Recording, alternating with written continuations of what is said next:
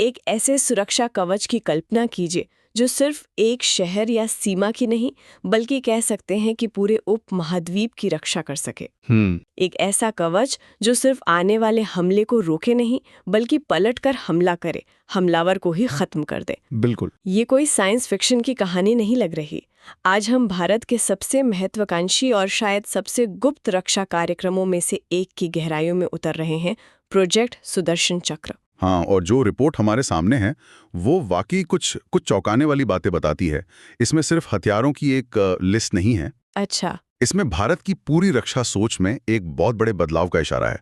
और सबसे दिलचस्प बात यह है कि इजराइल जैसा देश, जिसके पास अपना आयरन डोम है, जिसके पास अपना विश्व प्रसिद्ध आयरन डोम है, वो इस भारतीय प्रोजेक्ट का एक अहम हिस्सा बनना चाहता है। सवाल यह है क्यों? भारत ऐसा क्या बना रहा है जिसमें आयरन डोम बनाने वाले देश को भी भविष्य दिख रहा है? ठीक है, तो चलिए इसे खोलते हैं। रिपोर्ट इसे एक साधारण एयर डिफेंस सिस्टम नहीं कहती बल्कि सिस्टम ऑफ सिस्टम्स। जी। और इसमें एक बी हाइव डिजाइन, मतलब मधुमक्खी के छत्ते जैसी संरचना का भी जिक्र है। ये सुनने में तो बड़ा जटिल लगता है, इसका असल में मतलब क्या है? ये बी हाइव वाली बात ही समझिए कि इस पूरे प्रोजेक्ट का दिल है। ओके। इसे ऐसे समझिए कि अभी भारत के जो अलग अलग एयर डिफेंस सिस्टम्स हैं, जैसे आकाश है, बराक S-400, ये सब अपनी अपनी जगह बेहतरीन है, लेकिन एक टीम की तरह काम नहीं करते। बिल्कुल। वो एक टीम की तरह काम नहीं करते। बी हाइव डिजाइन इन सब को और भविष्य में आने वाले सभी सिस्टम्स को एक ही दिमाग से जोड़ेगा। एक दिमाग से? हाँ, एक न्यूरल नेटवर्क की तरह। अगर दुश्मन किसी एक हिस्से पर, मान लीजिए एक रडार पर हमला करके उसे अंधा कर भी दे, तो पूरा नेटवर्क तुरंत ये जान जाएगा। अच्छा। दूसरा रडार उस कमी को पूरा कर देगा और शायद तीसरा उस हमले का जवाब देगा। ये एक जिंदा सोचने वाले जीव की तरह होगा जो खुद को ठीक भी कर सकता है और लड़ भी सकता है। मतलब ये सिर्फ कई सिस्टम्स का जोड़ नहीं है बल्कि एक एकीकृत सोचने समझने वाला ऑर्गेनिज्म है। सही शब्द है। लेकिन अक्सर कहा जाता है कि इजराइल का आयरन डोम दुनिया में सबसे बेहतरीन है, तो फिर ये सुदर्शन चक्र उससे अलग कैसे हुआ? देखिए, यहीं पर पैमाने का फर्क समझना होगा। आयरन डोम एक छोटे शहर जितने देश को रॉकेट्स और मोर्टार जैसे, कह सकते हैं कि अपेक्षाकृत धीमे खतरों से बचाने के लिए बना है, और वो इसमें शानदार है। हाँ बिल्कुल, इसमें कोई शक नहीं। पर भारत एक उपमहाद्वीप है, हमारे खतरे और हमारी जरूरतें बिल्कुल अलग हैं। सुदर्शन चक्र को कॉन्टिनेंटल थ्रेट्स यानी महाद्वीपीय स्तर के खतरों से निपटने के लिए डिजाइन किया जा रहा है। मतलब इसका लक्ष्य सिर्फ दिल्ली या मुंबई को बचाना नहीं है? नहीं, बिल्कुल नहीं। इसका लक्ष्य है कश्मीर से कन्याकुमारी तक 20 से ज्यादा प्रमुख शहरों, परमाणु ठिकानों और सीमाओं पर एक साथ सुरक्षा देना। ये आयरन डोम का बड़ा भाई नहीं है, ये एक पूरी तरह से अलग प्रजाति का जीव है। तो इस विशालकाय प्रोजेक्ट को लागू कैसे किया जाएगा? रिपोर्ट कहती है कि इसे 2 चरणों में बांटा गया है। पहला चरण तो काफी जल्दी 2027 तक शुरू होने की बात है। बिल्कुल। पहला चरण आज की हकीकत से जुड़ा है। पिछले कुछ सालों में हमने देखा है कि कैसे सस्ते ड्रोन्स, क्रूज मिसाइलें और गाइडेड आर्टिलरी शेल्स, जी, उन्होंने युद्ध का चेहरा ही बदल दिया है। यूक्रेन से लेकर मिडिल ईस्ट तक यही हथियार तबाही मचा रहे हैं। सही बात है। तो पहला चरण 70 किलोमीटर तक के दायरे में आने वाले इन सभी खतरों को बेअसर करने पर केंद्रित है। इसमें हमारे मौजूदा आकाश और MR-SAM जैसे सिस्टम्स को बी हाइव नेटवर्क से जोड़ा जाएगा। ये एक तरह से तत्काल जरूरत को पूरा करने जैसा है। तो अगर पहला चरण आज की समस्याओं का समाधान है, तो इसका मतलब दूसरा चरण भविष्य के युद्धों की तैयारी के लिए है। हाँ। रिपोर्ट में हाइपरसोनिक मिसाइलों और स्वॉर्म ड्रोन्स का जिक्र है, जो सुनने में ही किसी बुरे सपने जैसा लगता है। और वही असली चुनौती है जो 2030 के दशक में सामने आएगी। हाइपरसोनिक मिसाइलें वो आवाज की गति से 5, 10 या 15 गुना तेज चलती हैं। बाप रे! उन्हें ट्रैक करना और रोकना लगभग नामुमकिन माना जाता है। और स्वॉर्म ड्रोन का मतलब है कि दुश्मन एक दो नहीं बल्कि एक साथ सैकड़ों या हजारों ड्रोन भेजता है ताकि आपका डिफेंस सिस्टम पूरी तरह से चकरा जाए और हार मान ले। हाँ, सुदर्शन चक्र का दूसरा चरण इन्हीं 2 क्वेश्चन मार्क्स का जवाब है। एक मिनट, ये सुनने में तो बहुत प्रभावशाली है, पर यहाँ एक सवाल उठता है। जब सैकड़ों ड्रोन एक साथ आ रहे हों और कोई हाइपरसोनिक मिसाइल पलक झपकते ही आप तक पहुंच सकती हो, तो कोई इंसान तो फैसला ले ही नहीं सकता। रिपोर्ट में एक AI मतलब आर्टिफिशियल इंटेलिजेंस से चलने वाले बैटल मैनेजमेंट सिस्टम की बात है।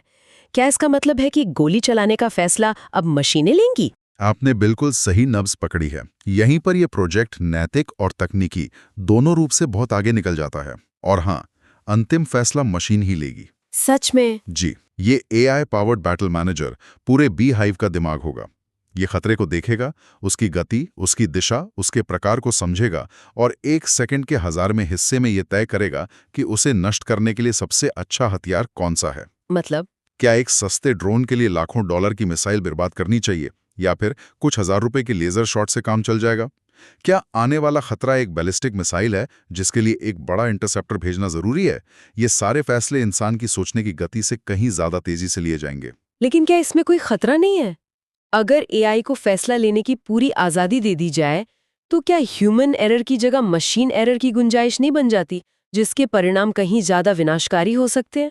ये एक बहुत ही जायज चिंता है और दुनिया भर में इस पर बहस चल रही है। Concept human on the loop का है, ह्यूमन इन द लूप का नहीं।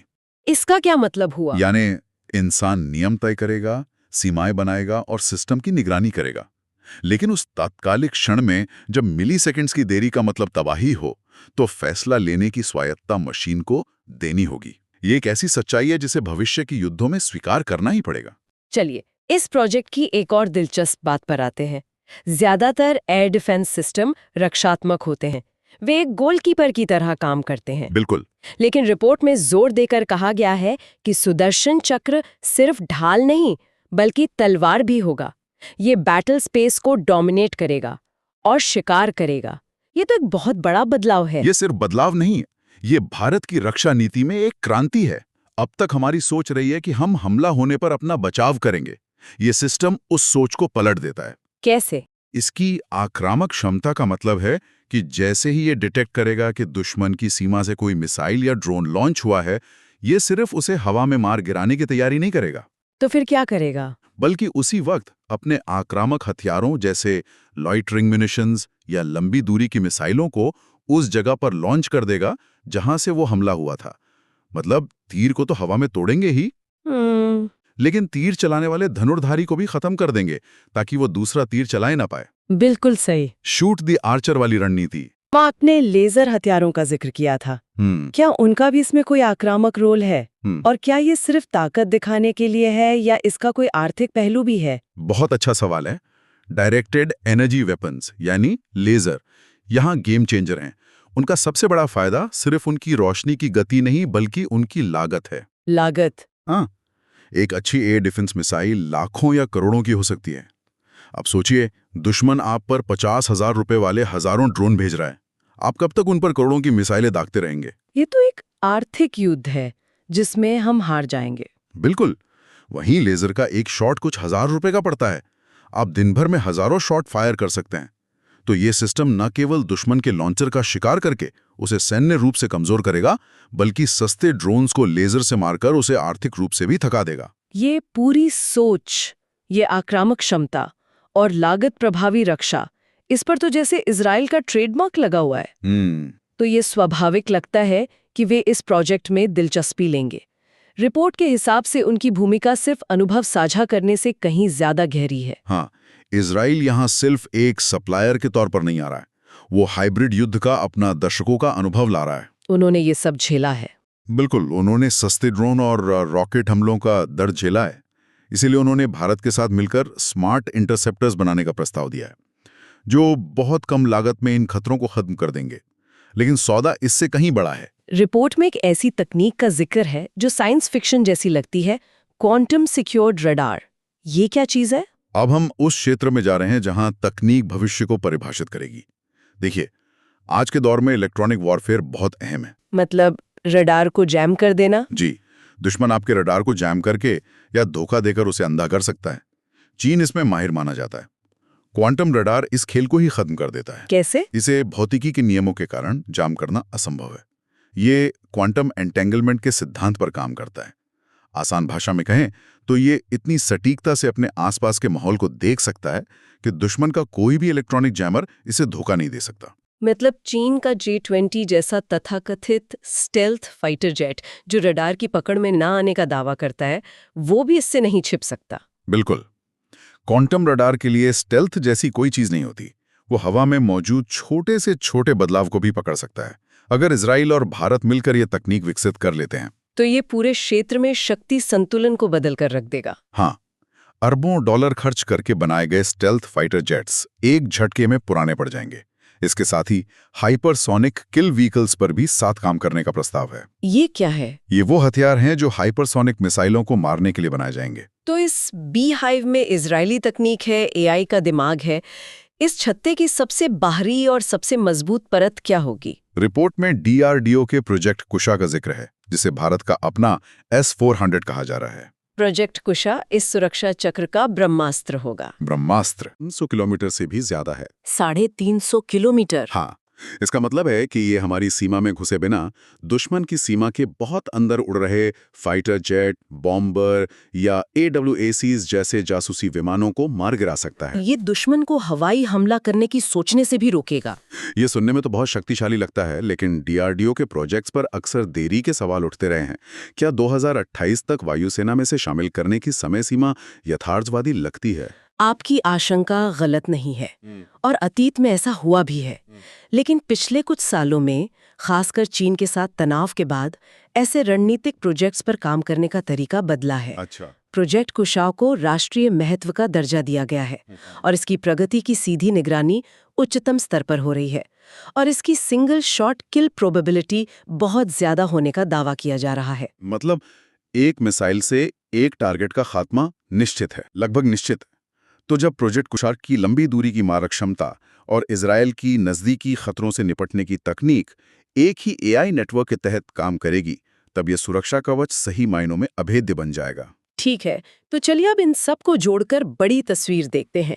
अगर ये सिस्टम वाकई वैसा ही काम करता है जैसा कागज पर दिख रहा है, तो ये सिर्फ एक हथियार प्रणाली से कहीं ज्यादा है। हाँ, बिल्कुल। इसका भू राजनीतिक और आर्थिक प्रभाव क्या होगा? इसका प्रभाव बहुत गहरा और दूरगामी होगा।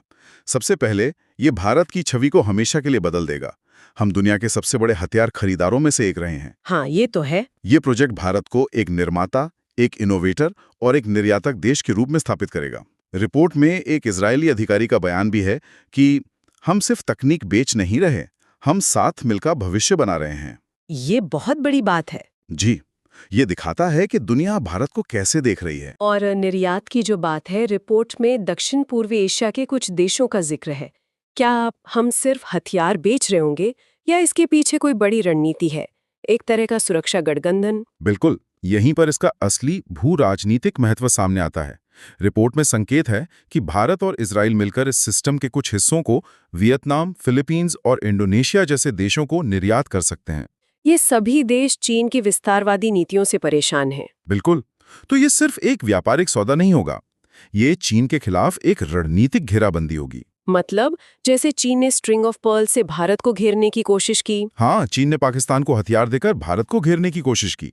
भारत अब चीन के पड़ोसियों को ये सुदर्शन चक्र सुरक्षा तकनीक देकर उसकी घेराबंदी करेगा। ये एक साझा सुरक्षा वास्तुकला, एक शेयर्ड सिक्योरिटी आर्किटेक्चर की शुरुआत हो सकती है, जिसका केंद्र भारत होगा। तो संक्षेप में आज हमने एक ऐसे रक्षा कार्यक्रम के बारे में बात की जो सिर्फ एक देश नहीं बल्कि एक उप महाद्वीप को सुरक्षित करने के लिए बनाया जा रहा है।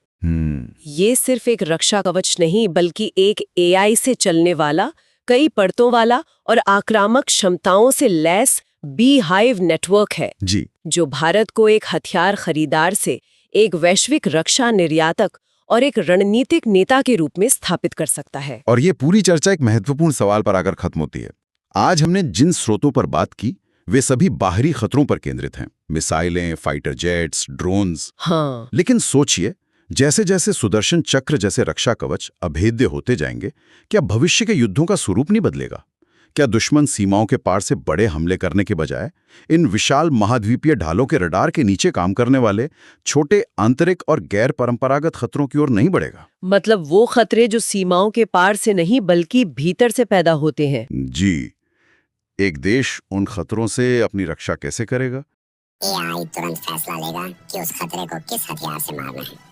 अगर कोई ड्रोन है तो उसके लिए सस्ती मिसाइल या लेजर हथियार का इस्तेमाल होगा, और अगर कोई बैलिस्टिक मिसाइल है तो उसके लिए बीएमडी इंटरसेप्टर का इस्तेमाल होगा। ये सब कुछ पलक झपकते ही होगा, यानी कि इंसान के सोचने से पहले ही मशीन दुश्मन का काम तमाम कर चुकी होगी। दोस्तों, इजराइल इसी इंटीग्रेशन में भारत की मदद करना चाहता है, क्योंकि इजराइल के पास एरो और डेविड स्लिंग जैसे सिस्टम को एक साथ चलाने का अनुभव है। इजराइल 1967 में भारत की मदद करना चाहता है, जानता है कि भारत का सुदर्शन चक्र उसके लिए भी एक बड़ा मौका है। दोस्तों, अब आप सोच रहे होंगे कि क्या अमेरिका इस प्रोजेक्ट में कोई अड़ंगा नहीं लगाएगा, क्योंकि जब भी भारत और इजराइल करीब आते हैं तो अमेरिका के पेट में दर्द होना शुरू हो जाता है। दरअसल इजराइल के कई डिफेंस सिस्टम में अमेरिकी फंडिंग और तकनीक लगी होती है, इसलिए इजराइल को किसी तीसरे देश को तकनीक देने से पहले अमेरिका की मंजूरी लेनी पड़ती है। रिपोर्ट में भी कहा गया है कि सुदर्शन चक्र प्रोजेक्ट इजराइल को भारत के बीएमडी विकास में एक फुल स्पेक्ट्रम पार्टनर के रूप में स्थापित कर सकता है। एक ऐसा क्षेत्र जहां नई दिल्ली अभी तक अमेरिका और इजराइल के बेंचमार्क से पीछे है, लेकिन यहाँ भारत के लिए एक प्लस पॉइंट है। अमेरिका खुद चाहता है कि एशिया में चीन को काउंटर करने के लिए भारत मजबूत हो, इसलिए संभावना यही है कि अमेरिका इस डील को रोकने की गलती नहीं करेगा। वैसे भी भारत अब अपनी शर्तों पर काम करता है। सुदर्शन चक्र पूरी तरह से स्वदेशी तकनीक और आर्किटेक्चर पर आधारित है। इजराइल इसमें केवल एक पार्टनर की भूमिका निभा रहा है। मुख्य कंट्रोल भारत के हाथ में ही रहेगा। रिपोर्ट बताती है कि इजराइल का एक उच्च स्तरीय प्रतिनिधिमंडल, जिसमें राफेल एडवांस डिफेंस सिस्टम्स और इजराइल एरोस्पेस इंडस्ट्रीज यानी कि आईएआई के प्रतिनिधि शामिल हैं, अगले महीने डीआरडीओ की हैदराबाद लैब का दौरा करने वाला है।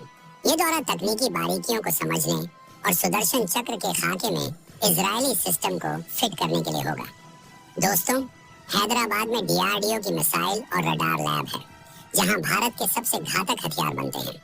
इजरायली टीम का वहां आना इस बात का सबूत है कि बात अब कागजों से आगे बढ़ चुकी है और जमीनी स्तर पर काम शुरू होने वाला है। इजराइल ने भारत के साथ मिलकर स्मार्ट इंटरसेप्टर्स बनाने का जो प्रस्ताव दिया है, वो बराकेट और स्पाइडर सिस्टम के अनुभव पर आधारित है।